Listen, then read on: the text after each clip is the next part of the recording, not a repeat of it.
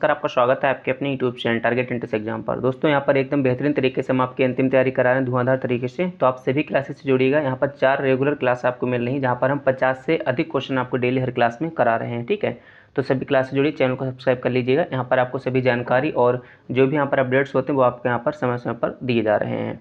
तो आज हम लोग हिंदी का इसमें प्रैक्टिस सेट करेंगे। बाकी हमने पूरी प्लेलिस्ट आपकी तैयार कर दी है, सारी प्लेलिस्ट को आप देखिएगा और प्रीवियस ईयर क्वेश्चन को भी हमसे ले लीजिएगा व्हाट्सएप पर मैसेज कर वो आपके लिए बहुत ही हेल्पफुल रहेंगे अंतिम तैयारी के लिए। ठीक है, तो यहाँ पर हिंदी के क्वेश्चन करेंगे जहाँ पर कुछ रचना और उनके रचनाकार देखेंगे, जहाँ पर कहानियाँ, नाटक या उपन्यास हो सकते हैं, उनके कौन रचयिता हैं। और बहुत सारे क्वेश्चन इस प्रकार के पूछे जाते हैं जहाँ पर भी हिंदी आती है, तो आप लोग उनको जो है ध्यान से देखिएगा। तो चलिए स्टार्ट करते हैं। सबसे पहला क्वेश्चन आपकी स्क्रीन पर आ चुका है, इसका आप लोग आंसर दीजिएगा। ध्रुव स्वामिनी के रचयिता कौन है? जयशंकर प्रसाद जी, सुमित्रानंदन पंत, सूर्यकांत त्रिपाठी निराला या फिर महादेवी वर्मा। तो ध्रुव स्वामिनी के यहाँ पर रचयिता कौन हो जाएंगे? जयशंकर प्रसाद जी जो है इसके रचयिता हैं। तो फर्स्ट का ऑप्शन आपका ए बिल्कुल सही हो जाएगा। ये हमने जो है आपके अरिहंत वाली बुक से क्वेश्चन लिए हुए हैं। तो यहाँ पर कई सारी बुक्स हमारे पास हैं जिसमें से हम आपको अच्छे अच्छे क्वेश्चन जो छाँट कर करा रहे हैं। सेकंड क्वेश्चन है आपका, कलम का सिपाही के लेखक कौन है? प्रेमचंद जी, अमृत राय, अमृतलाल नागर या कमलेश्वर। तो आप लोग कमेंट बॉक्स में भी आंसर देंगे और क्लास के बाद में आप जरूर बताया करें कि आपके 50 में से कितने क्वेश्चन जो है सही गए हैं और क्लास कैसी लगी, ताकि हमें पता लगे कि आपके लिए क्या इंप्रूव करना और कैसे और बेहतर आपके लिए हम कर सकते हैं। तो सेकंड का आंसर क्या हो जाएगा? अमृत राय, यानी ऑप्शन आपका बी जो है बिल्कुल सही हो जाएगा, जो कि कलम का सिपाही के लेखक हैं। अब यहाँ पर क्वेश्चन नंबर आपका थर्ड है, बाबा बटेश्वर नाथ के रचनाकार कौन है? नागार्जुन, राजेंद्र यादव, नामवर सिंह या महादेवी वर्मा। तो आप लोग भी कमेंट करके बताना बाबा बटेश्वर नाथ के रचनाकार कौन है? नागार्जुन जी, यानी ऑप्शन आपका ए बिल्कुल इसमें करेक्ट हो जाएगा। बहुत ज़्यादा कोई एक्सप्लेनेशन इसमें करना नहीं है, बस आपको जो है सीधे आंसर्स इसमें बताने हैं। क्वेश्चन नंबर यहाँ पर 4 है। अच्छा, आप लोग स्पीड भी बता देना कि क्लास की स्पीड को मतलब इतना ही रखूँ या थोड़ा धीरे करूँ, क्योंकि मुझे लगता है मैं काफ़ी फास्ट कर देता हूँ। तो आप लोग बता देना जैसी भी क्लास आपको चाहिए हो। अमीर खुसरो की रचनाएं किस बोली में रचित हैं? यानी कि अमीर खुसरो की जो रचनाएं किस बोली में उन्होंने लिखी हैं? अवधी, ब्रजभाषा, खड़ी बोली या फिर कन्नौजी। तो फोर्थ का ऑप्शन आपका सी सही हो जाएगा, खड़ी बोली। क्वेश्चन नंबर आपका यहाँ पर 5 है, जीने के लिए इस उपन्यास के लेखक कौन हैं? कुछ उपन्यास पढ़ा करो, आपको बहुत अच्छे लगेंगे। अगर आप उपन्यास पढ़ेंगे आपकी पढ़ने की हैबिट बनेगी, तो आप लोग थोड़ा सा मोबाइल या फिर डिजिटल से हटकर के बुक्स की तरफ बढ़ें और उनको पढ़ना स्टार्ट करें। जीने के लिए उपन्यास के लेखक यहाँ पर कौन हो जाएंगे? तो 5 का ऑप्शन आपका बी सही हो जाएगा, राहुल शांकरदयान जी। अब क्वेश्चन नंबर यहाँ पर आपका 6 है, व्याकरण दर्पण किसकी रचना है? ठीक है, तो इसके ऑप्शन नीचे चले गए हैं, तो यहीं पर मैं आपको बता दे रहा हूँ 6 का जो ऑप्शन क्या है, ए हो जाएगा, शिव पूजन शाह। तो यहाँ पर जो व्याकरण दर्पण रचना है किसकी? शिव पूजन शाह। तो यहाँ पर आपका आंसर जो फर्स्ट वाला ऑप्शन था वो आपका यहाँ पर बिल्कुल करेक्ट हो जाएगा। ठीक है, अब यहाँ पर क्वेश्चन नंबर आपका 7 है, केशव कहे न जाए का कहे पंक्ति के रचनाकार कौन है? आचार्य केशवदास, सूरदास जी, तुलसीदास जी या फिर रहीम। तो यहाँ पर केशव कहे न जाए का कहे, इस पंक्ति के रचनाकार हो जाएंगे तुलसीदास जी, यानी 7th का ऑप्शन आपका सी बिल्कुल सही हो जाएगा। अब यहाँ पर क्वेश्चन नंबर आपका 8 है, सूरदास प्रेमचंद के किस उपन्यास का पात्र है? यहाँ पर पात्र पूछा है, सूरदास क्या है? एक पात्र है। और प्रेमचंद्र जी का कौन सा ऐसा उपन्यास है जिसमें सूरदास एक पात्र रखा गया है? वरदान, प्रतिज्ञा, गोदान या रंगभूमि। तो ये चारों ही उपन्यास किसके? प्रेमचंद जी के हैं। और इसमें से जो रंगभूमि है उसमें जो है सूरदास एक पात्र हैं। तो यहाँ पर 8th का ऑप्शन आपका डी बिल्कुल सही हो जाएगा। कलम का सिपाही किसे कहा गया है? तो अभी आपने ऊपर पढ़ा था, तो 9th का ऑप्शन आपका क्या हो जाएगा? मुंशी प्रेमचंद जी, यानी ऑप्शन आपका 9th का ए बिल्कुल सही हो जाएगा। आकाशदीप किसकी रचना है? प्रेमचंद जी की, जयशंकर प्रसाद या सूर्यकांत त्रिपाठी, निराला या यशपाल। तो क्वेश्चन नंबर आपका 10th का क्या आंसर सही हो जाएगा? आकाशदीप किसकी रचना है? क्वेश्चन नंबर 10th का आपका बी सही आंसर हो जाएगा, जयशंकर प्रसाद जी की। फिर यहाँ पर क्वेश्चन नंबर आपका 11th है, अंधा युग किस प्रकार की रचना है? उपन्यास है, काव्य है, काव्य नाटक है या फिर नाटक है? तो 11th का आंसर क्या हो जाएगा? सी सही हो जाएगा, काव्य नाटक। फिर इसके बाद यहाँ पर आपका 12th आंसर है, कोणार्क नाटक के लेखक कौन है? जयशंकर प्रसाद जी हैं, जगदीश चंद्र माथुर जी हैं, लक्ष्मी नारायण मिश्र या फिर मोहन राकेश। तो 12th का ऑप्शन आपका कौन सा सही हो जाएगा? जगदीश चंद्र माथुर, यानी 12th का भी आंसर आपका सही हो जाएगा, जो कि कोणार्क नाटक के लेखक हैं। तो कुछ नाटक हैं, कुछ उपन्यास है, उनको थोड़ा पढ़ो, इंटरेस्टिंग आपको लगेंगे अगर आप पढ़ोगे तो। अनामिका किसका काव्य संग्रह है? निराला जी का, पंत जी का, महादेवी वर्मा या फिर प्रसाद। क्वेश्चन नंबर आपका 13, तो अनाम का किसका काव्य संग्रह है? सूर्यकांत त्रिपाठी निराला जी का, यानी कि आंसर आपका 13 का ए बिल्कुल यहाँ पर करेक्ट हो जाएगा। दोस्तों आज हम बात करने वाले हैं बिहार बीएड एंट्रेंस के लिए बेस्ट बुक। तो अगर आप बिहार बीएड प्रेस परीक्षा दे रहे हैं तो चक्षु प्रकाशन की आपको ये बुक लेनी चाहिए। ये आपकी संपूर्ण गाइड बुक है जिसमें आपको जो है सभी सब्जेक्ट्स के आपके थ्योरेटिकल क्वेश्चन प्लस आपको जो है इसके साथ ही 2100 प्लस बहुविकल्पीय क्वेश्चन मिल जाएंगे। और सबसे अच्छी बात है कि 7 प्रीवियस ईयर पेपर, यानी कि किसी परीक्षा के लिए प्रीवियस ईयर पेपर बहुत ज़रूरी होते हैं, तो वो भी आपको इस बुक में जो है मिल जाएंगे। ठीक है, ये इस बुक का जो फ्रंट पेज है, बाकी आप देख सकते हैं इसके अंदर का पूरा मटेरियल, इसमें जो क्वेश्चंस हैं उनका पूरा डिटेल्ड सॉल्यूशन भी दिया हुआ है। और ये आप देख सकते हैं आपका जो है बिहार बीएड प्रेस परीक्षा के सिलेबस है वो भी इसमें दिया गया है। और इस तरीके से आपको प्रीवियस ईयर पेपर भी दिए गए हैं जिनका व्याख्या सहित आप देखेंगे यहाँ पर हल भी आपको दिया गया है। इसके साथ ही इनका जो प्रैक्टिस सेट है वो भी अवेलेबल है। तो आप इन सब बुक्स को जो है लेने के लिए नीचे डिस्क्रिप्शन बॉक्स में लिंक दिए गए, वहाँ से आप ले सकते हैं, या फिर इनके व्हाट्सअप जो नंबर दिया वहाँ से भी आप ले सकते हैं। बाकी इनका कॉम्बो पैक है जिसमें आपको प्रैक्टिस सेट प्लस बुक दोनों चीज़ें मिल जाएंगी बहुत अच्छे डिस्काउंट पे, तो आप दोनों चीज़ों को जो है खरीद लीजिएगा। फिर यहाँ पर क्वेश्चन नंबर आपका 14 है, भारतेंदु ने किस पत्रिका का संपादन किया? और भाई क्लास को आप लोग लाइक भी कर दिया करो, आप लोग लाइक करना भूल जाते हो। तो भारतेंदु ने किस पत्रिका का संपादन किया वह यहाँ पर आपसे पूछा गया है। हिंदी प्रदीप, इंदु, कविवचन सुधा या फिर भारत बंधु। तो यहाँ पर 14 का आंसर आपका सी बिल्कुल करेक्ट हो जाएगा। और आपके नेगेटिव मार्किंग भी है इसमें बीएड में, तो आप ध्यान से जो क्वेश्चन आपको आते हैं वही करके आना, जो गलत जो आपको नहीं आते हैं उनको छोड़ देना। ऐसा नहीं कि सभी को करना, ठीक है, जो क्वेश्चन आते हैं सिर्फ उन्हीं को करना। इसमें आपको बताना गलत युग्म चुने। तो साकेत जो है किसके द्वारा लिखा गया? मैथिली शरणगुप्त द्वारा, ये तो आपका सही हो जाएगा। कामिनी जयशंकर प्रसाद द्वारा, ये भी आपका सही है। और रंगभूमि अभी आपने पढ़ा था, तो यहाँ पर रंगभूमि किसके? मुंशी प्रेमचंद जी की, मुंशी प्रेमचंद, तो ये आपका गलत हो जाएगा। और आपसे यही पूछा था कि इसमें गलत कौन सा है, तो इसका करेक्ट आंसर सी हो जाएगा। और गोदान प्रेमचंद जी की ये तो पता ही है, तो इसे महादेव वर्मा नहीं होना चाहिए, महादेव वर्मा की जगह मुंशी प्रेमचंद होना चाहिए। तो यहाँ पर 15 का आंसर आपका सी बिल्कुल करेक्ट हो जाएगा। पानी गए ना उबरे, इसके लेखक कौन है? कबीरदास जी, रहीम या फिर तुलसीदास जी या सूरदास जी। तो यहाँ पर 16 का आंसर आपका कौन सा हो जाएगा? रहीमदास, यानी आपका ऑप्शन बी बिल्कुल सही हो जाएगा। क्वेश्चन नंबर आपका 17 है, वैदेही वनवास पुस्तक के लेखक कौन है? आपने हो सकता है क्वेश्चन पढ़ रखे हो, तो आप लोग उसको इस तरीके से पढ़िए कि आपका रिवीजन हो रहा है, तो फटाफट से इनको पढ़िएगा। वैदेही वनवास पुस्तक के लेखक कौन है? बिहारी, भारतेंदु हरिश्चंद्र, मैथिली शरणगुप्त या अयोध्या सिंह हरिऔध। तो यहाँ पर 17 का आंसर हो जाएगा अयोध्या सिंह हरिऔध जो है वैदेही वनवास पुस्तक के लेखक हैं। रामचरितमानस में समायोजित कुल कितने कांड हैं? तो ये तो आपको पता ही होगा कि रामायण यानी रामचरितमानस में कितने कुल कांड हैं, तो यहाँ पर 7 कांड हैं।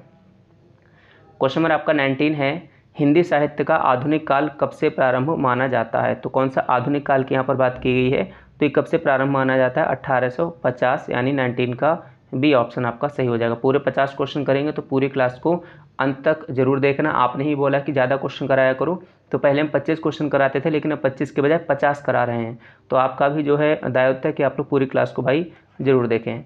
अंधेर नगरी चौपट राजा, इस नाटक को किसने लिखा है? मुंशी प्रेमचंद जी ने, गोवर्धन राम एन त्रिपाठी, भारतेंदु हरिश्चंद्र या फकीर मोहन सेनापति। तो 20 का आंसर यहाँ पर क्या हो जाएगा? भारतेंदु हरिश्चंद्र जी का बहुत ही प्रचलित नाटक है अंधेर नगरी चौपट राजा। अच्छा फिर से आंसर ओके हाँ, तो यहाँ पर कौन सा आंसर आपका 20 हो गया था। अब यहाँ पर 21 है, हिंदी का स्वर्ण युग किस काल में रहा है? यानी कि हिंदी का स्वर्ण युग कौन सा काल माना जाता है? रीतिकाल, भक्तिकाल, आदिकाल या फिर आधुनिक काल। तो यहाँ पर कौन सा हो जाएगा? भक्तिकाल। 21 का भी आंसर आपका करेक्ट हो जाएगा। फिर 22 है, साकेत के रचनाकार कौन हैं?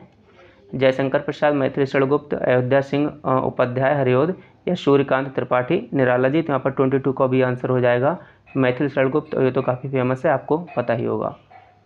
अब क्वेश्चन नंबर आपका 23 है, मैला आंचल किसका उपन्यास है? लास्ट में जरूर बताना कि आपने कितने क्वेश्चन सही किए हैं।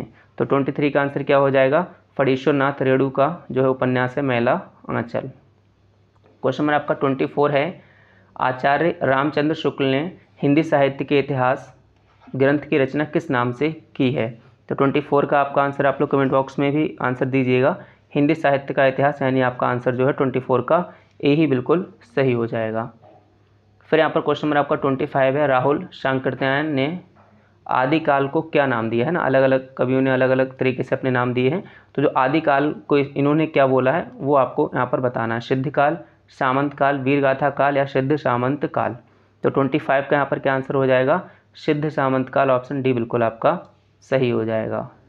क्वेश्चन नंबर आपका यहाँ पर नेक्स्ट है जो कि 26 है, आदिकाल की प्रधान प्रवृत्ति क्या है, श्रृंगार, धार्मिकता, वीरगाथा या फिर भक्ति, यानी इस काल में किस प्रकार की रचना हो रही थी। तो 26 का आपका सी आंसर हो जाएगा वीरगाथा काल।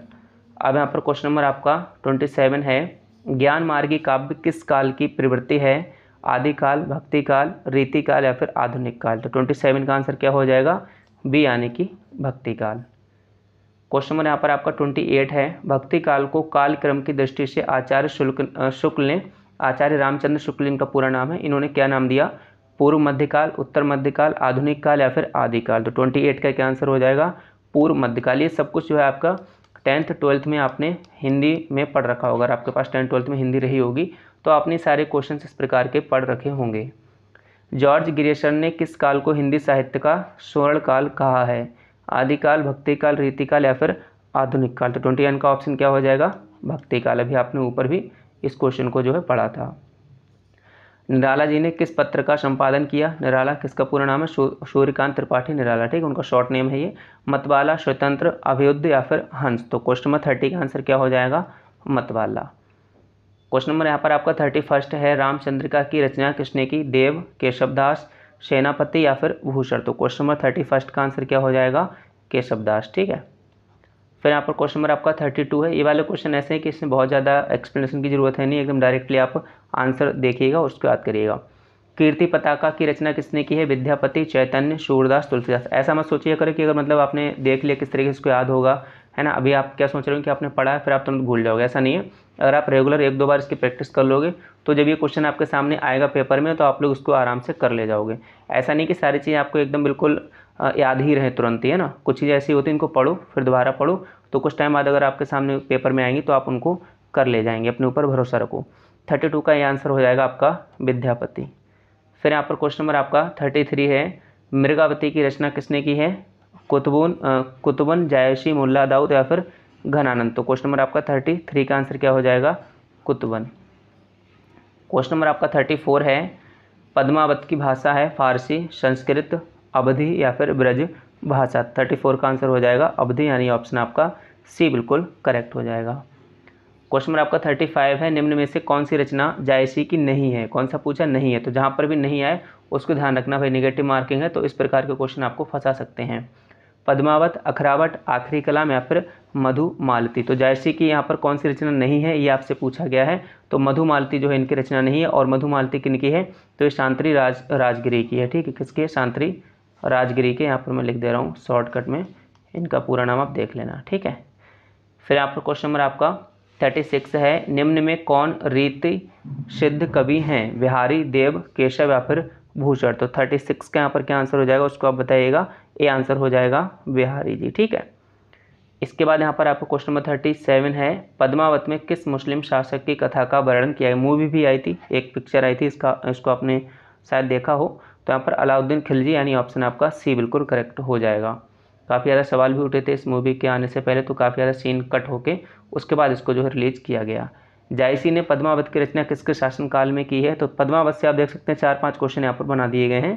तो यहाँ पर शेरशाह, यानी ऑप्शन आपका 38 का सी बिल्कुल सही हो जाएगा। तो कुछ इंपॉर्टेंट क्वेश्चन उनको आपको ज़्यादा पढ़ लेना चाहिए, और बाकी यहाँ पर जो प्रीवियस ईयर क्वेश्चन है उनको आप जरूर ले लें ध्यान से, चाहे आप कला वर्ग के हों, विज्ञान वर्ग के हों, सारे प्रीवियस ईयर पेपर व्याख्या सहित आपको मिलेंगे सिर्फ 39 रुपये में। तो हमको इस नंबर पर व्हाट्सअप करके आप उनको ध्यान से जरूर ले लेना। अब यहाँ पर क्वेश्चन नंबर आपका 39 है, संदेश रासक किसकी कृति है, अब्दुल रहमान, अमीर खुसरो, मुल्ला दाऊद या फिर सूरदास। तो 39 का यहाँ पर क्या करेक्ट आंसर हो जाएगा, अब्दुल रहमान, ये आंसर आपका सही हो जाएगा। अब देखो 40 भी इसी प्रकार का क्वेश्चन है कि कौन सी रचना तुलसीदास की नहीं। ऐसा नहीं है कि आपने रामचरितमानस देखा तुरंत लगा दिया, पहले पढ़ा करो क्वेश्चन क्या लिखा है, नहीं है पूछा है, कौन सी नहीं है। तो यहाँ पर रामचरितमानस, कवितावली, गीतावली या प्रेम वर्तिका। तो प्रेम वर्तिका इनकी नहीं है, और एक इनकी है स्वामी राम सुखदास जी की है, स्वामी इधर लिख दे रहा हूँ राम सुखदास, ठीक है, राम सुखदास जी की प्रेम वर्तिका, तुलसीदास जी की नहीं है। तो यहाँ पर करेक्ट आंसर क्या हो जाएगा, डी आंसर आपका हो जाएगा। क्वेश्चन नंबर आपका 41 है, 41 है, निम्न में कौन सी रचना भारतेंदु हरिश्चंद्र जी की नहीं है। देखो फिर से पूछा है, क्या है, नहीं है। तो जहाँ पर भी नहीं आ जाए उसे बहुत ध्यान से समझना, ठीक है। तो यहाँ पर आपसे क्या पूछा, अंधेर नगरी, भारत दुर्दशा, भारत जननी या फिर अंधा युग। तो क्वेश्चन नंबर आपका 41 का क्या आंसर हो जाएगा, 41 का इसका आप लोग आंसर दीजिएगा। इसमें हो जाएगा अंधा युग, यानी कि डी आंसर आपका बिल्कुल सही हो जाएगा। कामिनी किसकी काव्य कृति है, क्वेश्चन नंबर 42 जयशंकर प्रसाद जी की, सूर्यकांत त्रिपाठी निराला, शत्रुघ्न प्रसाद वर्मा या फिर महादेवी वर्मा। तो 42 का क्या आंसर हो जाएगा, जयशंकर प्रसाद जी की कामिनी।